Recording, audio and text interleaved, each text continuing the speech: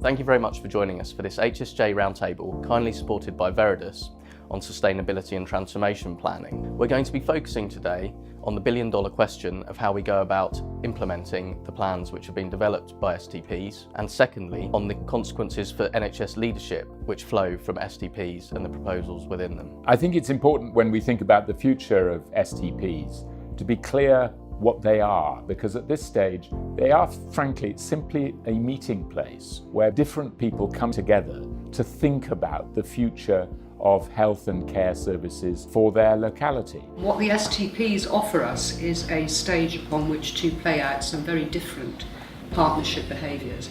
And quite a lot of the contentions that are arising, and CCGs might be an example, relate to the fact that people are trying to make sense of how they square the circle of paying Caesar what Caesar's at the same time as having space and flexibility to allow them to be creative. So I think there is a sense that these are potentially quite useful planning conversations. They are clearly, however, being conducted with varying degrees of privacy/secrecy, and I think that is now being picked up by more and more people. And I think that is starting to create some really big problems for whether, when the plans are eventually published, whether people are already prejudiced against them in their minds. The man on the street in Southend doesn't really care what model of care you're looking at. What they care about is on a Sunday night, at 8 p.m, they get chest pain. What do these proposed changes mean for me if I'm a patient? We're also seeing some unfreezing of the landscape in terms of institutional positions and a move towards convergence. The challenge we face, we've been training our board for many years now to operate with autonomy and self-determination, and now we are saying actually that model doesn't fit the challenge we've got. What I think we need to develop is a set of structures that allow that meeting place to evolve into something that's capable of taking decisions that's recognised as a legitimate decision-making forum by local people, and which engages with those who are directly involved, whether the professional staff, the people employed in the organisations, as well as the people who use the services. What I've seen over the last 8 months, I just haven't had time to spend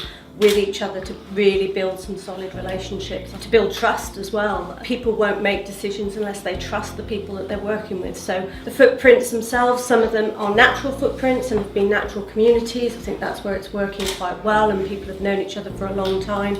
Where it's probably a more forced footprint, that those connections haven't been made, that's been taking a lot longer. The further challenge is to take the vision that we've been articulating into health and wellbeing boards and so on, but actually share this now with the general public, with our staff, with their representatives, and say, help us design this good ambition about making care locally based, integrated, based around prevention and supporting people to look after themselves. The pace seems to be running against the opportunity for real creative thinking, and I think the inability sometimes to build deep trust seems to be affecting that. There's a very strong view that the clinical community has not yet been fully engaged in. So of course there's a bigger engagement piece around the public and patients, but clinical community in particular I think seems to be